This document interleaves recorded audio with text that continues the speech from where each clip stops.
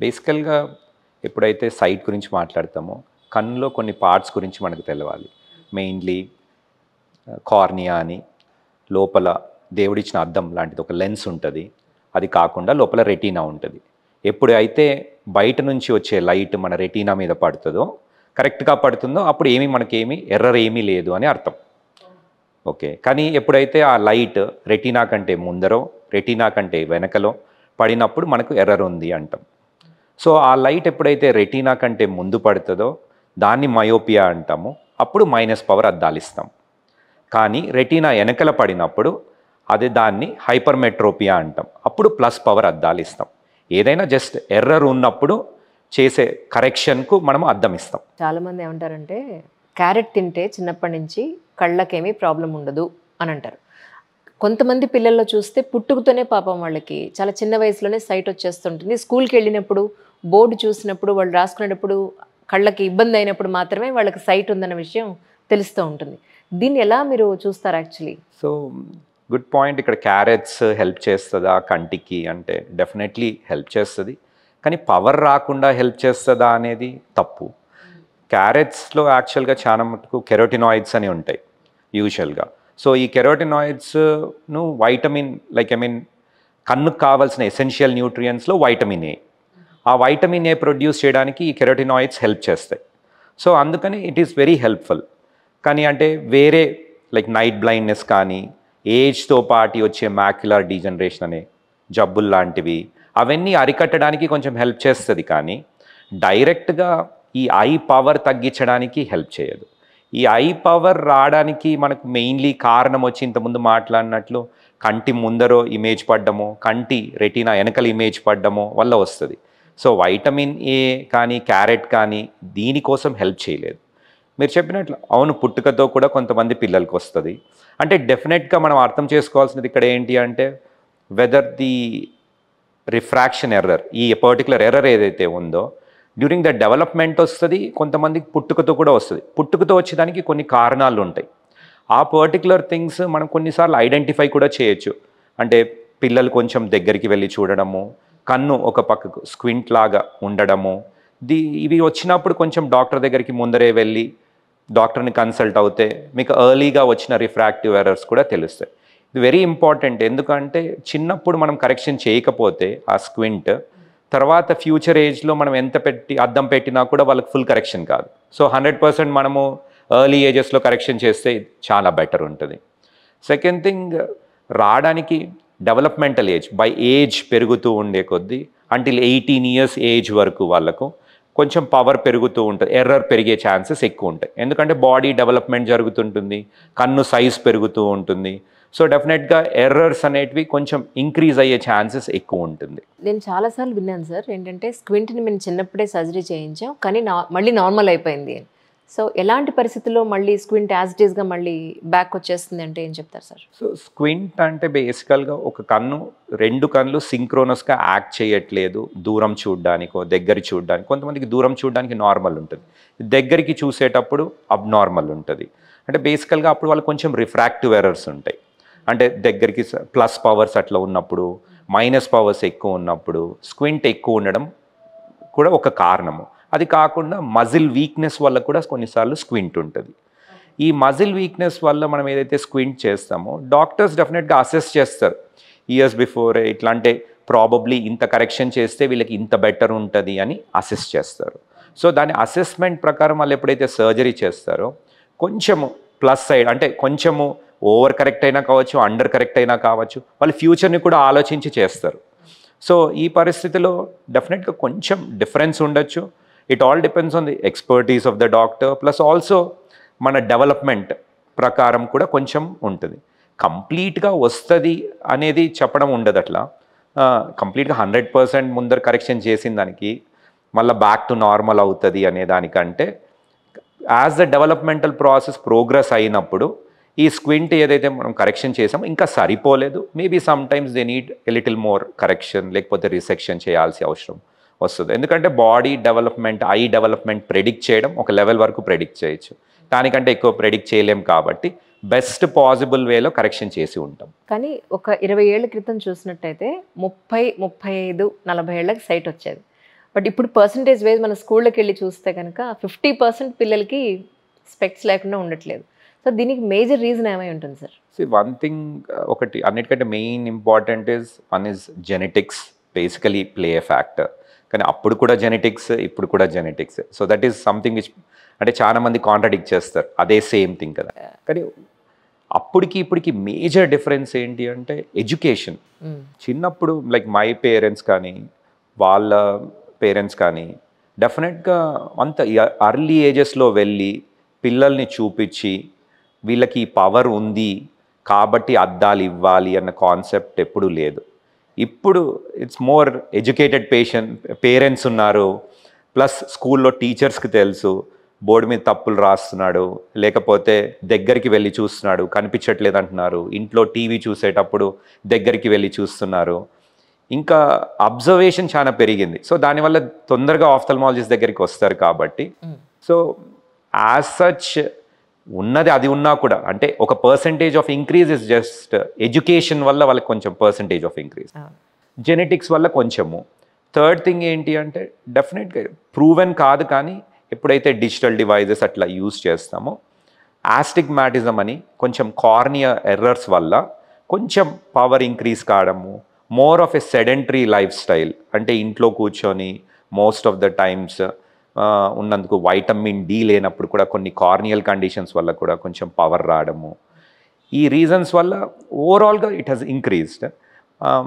So డెఫినెట్గా it's been there for a while అంటాను, ఉంది. కానీ one of the main reason ఏంటి అంటే ఎడ్యుకేషన్ ఇంక్రీజ్ అయినందుకు ఒక పర్సంటేజ్ ఆఫ్ ఇంక్రీజ్ అకౌంటెడ్ కాదు కాబట్టి అది ఇప్పుడు అకౌంటబుల్ ఉంటుంది కాబట్టి మనకు అట్లా అనిపిస్తుంది. అంతేనంటారు. సో పర్సంటేజ్ ఎలా ఉందంటే నేను రీసెంట్గా ఒక డెంటల్ డాక్టర్ని కలిసినప్పుడు ఆయన అదే అన్నారు, ఏమంటే 20 ఏళ్ల క్రితం చెరుకు గడల్ని డైరెక్ట్గా కొరికి తినేవాళ్ళం, జా సైజు చాలా పెద్దగా అన్ని పళ్ళు పట్టే విధంగా ఉండేది. ఇప్పుడు జా సైజ్ తగ్గిపోయింది. 20 ఏళ్ల క్రితం నాటికి ఇప్పటికీ చూస్తే జా సైజ్ తగ్గిపోయింది. ఎందుకంటే గట్టి పదార్థాలు మనం ఏమీ తినట్లేదు ఇప్పుడు. సో దానివల్ల ఏం చేస్తున్నాము, దాన్ని పళ్ళని లైనప్ చేయడం కోసం కొన్ని పళ్ళు తీసేసి ఆ జా సైజ్కి తగ్గట్టుగా పళ్ళని సెట్ చేస్తున్నాం ఇప్పుడు అని. సో కళ్ళలో కూడా ఇలాగే ఉందేమో అనేది నా doubt sir. Maybe quality life అని ఆలోచిస్తే మనం క్వాలిటీ లైఫ్ అనేది డెఫినెట్గా ఇప్పుడు అయితే చాలా అడల్ట్రేషన్స్ ఉంటాయి ఫుడ్స్లో. బట్ డెఫినెట్గా ఇవన్నీ వర్క్ అవుతాయి. కానీ యాక్చువల్గా మనం ఇప్పుడు తీసుకుంటే రిఫ్రాక్టివ్ ఎర్రర్స్ కాజ్ చేసే రీజన్స్ తీసుకుంటే మీరు ద మెయిన్ రీజన్ మన కంటి మీద నరం మీద లైట్ పడట్లేదు. So it has to be mainly genetic కన్నా ఉండాలి, లేకపోతే మనం యూజ్ చేసే డివైజెస్ వల్ల అట్లా కూడా ఆల్టరేషన్స్ వల్ల కంటి మీద అంటే మోర్ ఆఫ్ నియో విజన్ అయిపోయింది మనకి. ఇప్పుడు ఎంతసేపు ఫోన్స్ కానీ ఐప్యాడ్స్ కానీ బయటికి వెళ్ళి ఆడేది లేదు. కంబైన్డ్ విత్ దాంతో కలిసి వైటమిన్ డి ఒకటి, అది కాకుండా ఇప్పుడు కొంచెం జంక్ ఫుడ్ అట్లా తీసుకుంటున్నప్పుడు కూడా కొంచెము అలర్జీస్ అట్లా కూడా ఎక్కువ ఉంటాయి కంటికి. దానివల్ల కన్ను రబ్ చేసినప్పుడు కూడా కొన్ని కైండ్ ఆఫ్ రిఫ్రాక్టివ్ ఎర్రర్స్ వస్తాయి. సో అర్లీ ఏజెస్లో ఎప్పుడైతే కన్ను ఫామ్ అవుతుందో మనం రబ్బింగ్ కానీ పిల్లలు అట్లా ఎక్కువ చేస్తున్నప్పుడు కూడా ఈ రిఫ్రాక్టివ్ ఎర్రర్స్ ఎక్కువ కావడం వల్ల దాన్ని స్పెసిఫిక్గా ఆస్టిగ్మాటిక్ రిఫ్రాక్టివ్ ఎర్రర్స్ అంటాం. అంటే సిలిండ్రికల్ పవర్స్ ఉంటాయి. సో దానివల్ల కూడా కొంచెం ఇంక్రీజ్ ఉంది. సో ఓవరాల్గా ఈ 3 reasons are some of the reasons I can say for the increase. Cylindrical power అన్నారు. సిలిండ్రికల్ పవర్ అంటే ఏంటి సార్ ఎగ్జాక్ట్గా? అంటే కంట్లో ఎక్కడ ఏ పార్ట్ని మనం అలా పిలుస్తాం? అంటే సిలిండ్రికల్ పవర్ అంటే ఇప్పుడు బేసికల్గా మీరు ఇంతకుముందు అన్నారు ఒక మైనస్ లెన్సా ప్లస్ లెన్సా అని మీరు అడిగారు. అడిగినప్పుడు యూజువల్గా ఒక కంటి నరం మీద పడట్లేదు అంటే ఒక ప్లస్ పవర్ లెన్సో ఒక మైనస్ పవర్ లెన్సో ఇస్తారు. ఆ లెన్స్ ఒక కాన్కేవ్ లెన్సో కాన్వెక్స్ లెన్సో అంటే అది ఒక స్పెరికల్ లెన్స్ అనమాట. అంటే లెన్స్ మొత్తము అదే పవర్ ఉంటుంది. కానీ ఈ సిలిండ్రికల్ పవర్లో ఏంటి అంటే కంటి నల్లగుడ్డు అంటే కార్నియా మనం చూడడానికి ఆ కార్నియా ఏదైతే ఉంటుందో ఆ కార్నియాలో నుంచి ఎప్పుడైతే లైట్ పోయి కంటి నరం మీద పడుతుందో అది ఒకటే ఏరియాలో అంటే ఒక యాంగిలేషన్లో పడుతుంది అనమాట. ఆ యాంగిలేషన్లో పడ్డప్పుడు కరెక్ట్ చేసేదాన్ని సిలిండ్రికల్ పవర్ అద్దంతో కరెక్షన్ చేస్తాం. సో ఎప్పుడైతే సిలిండ్రికల్ పవర్ అద్దంతో కరెక్ట్ చేస్తామో దాన్ని ఆస్టిగ్మాటిజం అంటాం. సో అది కూడా ఒక ఎర్రరే. ఎట్లయితే దూరము కనిపించదో దగ్గర కనిపించదో దానికి మయోపియా అంటాము, ఎట్లయితే హైపర్మెట్రోపియా అంటామో అట్లా ఆస్టిగ్మాటిజం కూడా ఒక part of the refractive errors. కానీ ఇప్పుడు కూడా ఇంత టెక్నాలజీ పెరిగిన తర్వాత కూడా రేచీకట్ అనేది ఉందా సార్? చూస్తున్నారా మీరు ఈ మధ్య ఏమన్నా? రేచీకటికి టెక్నాలజీకి అంటే ఇంపార్టెంట్, ఎడ్యుకేషన్ ఈజ్ ఇంపార్టెంట్. ఇప్పుడు ఏంటి అంటే ఇంతకుముందు మీరు అడిగారు క్యారెట్స్ ఎట్లా హెల్ప్ చేస్తుంది అని. వైటమిన్ ఏ డెఫిషియన్సీలో మెయిన్గా one of the main causes అంటే లీడ్స్ టు యాక్చువల్గా ఈ రేచీకటి ఆర్ నైట్ బ్లైండ్నెస్. ఎప్పుడైతే గవర్నమెంట్ చేసే కొన్ని ప్రాజెక్ట్స్లో కూడా ఫోర్టిఫైడ్ ఫుడ్స్ అని ఇస్తారు. సో బేసికల్గా వాళ్ళ ఫుడ్స్లో కూడా వైటమిన్ ఏ వచ్చేటట్లు కూడా కొంచెం చూస్తారు. అది కాకుండా జనరల్గా కూడా ఇప్పుడు మామూలు పిహెచ్సిస్కి వెళ్ళినా కూడా హాస్పిటల్స్లో కూడా పిల్లలకు వైటమిన్ ఏ డెఫిషియెంట్ ఉన్నారు అని చెప్పి వాళ్ళకు వైటమిన్ ఏ సిరప్స్ ఇవ్వడము, ఇవన్నీ ఎక్కువ అయినందువల్ల ఈ మధ్య కాలంలో నైట్ బ్లైండ్నెస్ ఈ వైటమిన్ ఏ డెఫిషియన్సీ వల్ల వచ్చేది చాలా తగ్గిపోయింది. కానీ డెఫినెట్గా నైట్ బ్లైండ్నెస్ వేరే కారణాల వల్ల కూడా ఉండొచ్చు. సమ్ నర్వ్ డెఫిషియన్సీస్లో ఆర్పిఎన్, రెటినైటిస్ పిగ్మెంటోసా అని అట్లా కొన్ని నర్వ్ ఎర్రర్స్ ఉంటాయి. అవన్నీ జెనెటిక్ ఎర్రర్స్, దాన్ని మనం వైటమిన్ ఏతో కరెక్ట్ చేయలేము. సో ఇట్లాంటి దానికి అయితే అవి కూడా చాలా మటుకు తగ్గిపోయాయి. ఎందుకంటే ఈ మధ్య జెనెటిక్ ఎర్రర్స్ ఏవైతే ఉంటాయో ముందే కౌన్సిల్ చేసుకుండా, అంటే ఎంత ఎడ్యుకేషన్ ఇంపార్ట్ అయిందంటే పీపుల్కు, అంటే ఇంతకుముందు marriages with in the family జరిగే మ్యారేజెస్ అవన్నీ ఎక్కువ ఉండే వల్ల కూడా జెనెటిక్ ఎర్రర్స్ ఎక్కువ ఉండేవి. అవి కూడా ఈ మధ్య కాలంలో చాలా పడిపోయాయి. సో విత్ ఈ కొన్ని రీజన్స్ వల్ల we see less night blindness. కానీ main thing for all this is education, more education in to the people. So డెఫినెట్గా there is a decrease in all these things. కానీ జనరలీ ఇప్పుడు హెరిడిటీలో వంశపారంపర్యంగా వాళ్ళకి ఎలాంటి ప్రాబ్లమ్స్ లేవు అనుకుందాం పిల్లల పాయింట్ ఆఫ్ వ్యూలో. సో బట్ ఎదిగే వయసులో పిల్లలకి ఎలాంటి ఫుడ్ పెడితే కమింగ్ ఫ్యూచర్లో అట్లీస్ట్ వాళ్ళకి సైట్కి అట్లీస్ట్ 30 ఏళ్ల పాటు వాళ్ళని దూరంగా ఉంచగలుగుతామని మీ ఉద్దేశం? ఫస్ట్ థింగ్, అన్నిటికంటే మోస్ట్ ఇంపార్టెంట్, ఫుడ్ అనేది ఏది స్పెసిఫిక్గా అంత ఏదైనా హెల్తీ బ్యాలెన్స్ డైట్ ఉండాలి. ఇప్పుడు మీరు చెప్పినట్లు వైటమిన్ ఏ తీసుకొని కూడా ఎక్కువ పెట్టినా మంచిది కాదు. సో హైపర్ విటమినోసిస్ అంటాం అనమాట, వైటమిన్ ఎక్కువ అయినప్పుడు. కొంతమంది పిల్లల్లో చూస్తాం కూడా ఎంత వైటమిన్ ఏ ఇస్తారు అంటే they also start changing the colour, అంత కెరోటినాయిడ్స్ ఉంటాయి. So basic so it is also not healthy. So ఏదైనా బ్యాలెన్స్డ్ డైట్ ఉండాలి. కానీ డిక్రీజింగ్ ద జంక్ ఫుడ్ ఏం చేస్తుంది అంటే బేసికల్గా లాట్ ఆఫ్ ఇరిటేషన్ కాజ్ చేస్తుంది ఐకి. సో ఐకి ఇరిటేషన్ కాజ్ చేసినప్పుడు రబ్ చేస్తారు. సో డెవలప్మెంటల్ ఏజెస్లో కొంచెం పవర్స్ రావడానికి కార్నియా వీక్ అయినప్పుడు కొన్ని పవర్స్, ఆస్టిగ్మాటిక్ పవర్స్ అట్లా వస్తాయి అన్నమాట. ఇంకా దానివల్ల కూడా ఇంకా ఫర్దర్ ప్రాబ్లమ్స్ కూడా రావచ్చు. అది ఒకటి. మంచిగా వైటమిన్ డి డెఫిషియన్సీ అరికట్టడానికి morning sunlight, sedentary life style లేకుండా ఉండి, అంటే చాలా మటు కొంతమంది వెళ్ళినా కూడా ఇంట్లోనే ఉండి ఆ ఇంట్లో ఉండడం వల్ల అలర్జీస్ పెరిగి దానివల్ల కూడా యూజువల్గా కన్ను రబ్ చేయడం స్టార్ట్ చేస్తారు. సో కొన్ని అవాయిడబుల్ ఫ్యాక్టర్స్లో ఏంటి అంటే ఇట్లా హెల్తీ లైఫ్ స్టైల్ ఫాలో అయ్యడం బెటరు, హెల్తీ ఫుడ్ తినడం బెటరు. అంతేకాని కంప్లీట్గా అవాయిడ్ చేయడం అనేది impossible. It is not possible. It is the nature of the eye development ప్రాసెస్లో వచ్చినది. రైట్. సో ఒక లెవెల్ వరకు యూ కెన్ స్టాప్ ఇట్, కానీ it's not completely solvable problem. డెఫినెట్గా ఇప్పటికి ఉన్న దాంట్లో అయితే there is a lot of increase కూడా. ఈ కపుల్ ఆఫ్ ఇయర్స్ బ్యాక్ మీరు ఏదైతే చెప్పారో డెఫినెట్గా there is an increase. Reasons ఇంతకుముందే మాట్లాడినప్పుడు what ever is the reason, there is definitely an increase ఉంది. కాబట్టి అర్లీగా చూపించడము, ఎందుకంటే మనం అర్లీగా చూపించి కరెక్షన్ చేయకపోతే మోస్ట్ ఇంపార్టెంట్ పాయింట్ ఏంటి అంటే మనం 9 years లోపల వాళ్ళకి కరెక్ట్ చేయలేకపోయాం. అయితే అప్పుడు లోపల వాళ్ళకి ఫుల్ విజన్ రాకపోతే ఫర్దర్గా ఫ్యూచర్లో వాళ్ళకి ఐ ఇంప్రూవ్ అవుతుంది అనే ఛాన్సెస్ చాలా తగ్గిపోతాయి. ఆ పర్టికులర్ కండిషన్నే ఆంబ్లయోపియా అంటాం మేము యాక్చువల్గా. అంటే లేజీ ఐ, అంటే 9 సంవత్సరాలు పని చేయలేదు ఐ సరిగా, అంటే నీకు చూడట్లేదు, నువ్వు అద్దం ఇవ్వలేదు పేషెంట్కు. సో ఐ అనుకుంటుంది నా పని ఇంతే అనుకుంటుంది. సో అది it stops to A particular extent. నువ్వు అద్దం ఇచ్చినా దానికి ఫుల్ కరెక్షన్ రాదు. సో ఇట్ ఈస్ అందుకని ఇట్స్ బెటర్ ఏమన్నా ఉన్నా కూడా అట్లీస్ట్ మినిమం టు మినిమం, అంటే 1 year ఆఫ్ పుట్టినప్పుడు ఎట్లా పిడియాట్రిషియన్ చూస్తాడు లైట్ వేసి, దాని తర్వాత ఒక 1 year తర్వాత మీ పిడియాట్రిషియన్ దగ్గరికి వెళ్ళినప్పుడు కూడా చూస్తాడు, గ్రాస్గా చూస్తాడు. సో 4th and 5th yearలో డెఫినెట్గా ఒక ఆఫ్థల్మాలజిస్ట్ దగ్గర చూపించడము, దాని తర్వాత every year until the age of 18 years వరకు చూపించడం చాలా ఇంపార్టెంట్.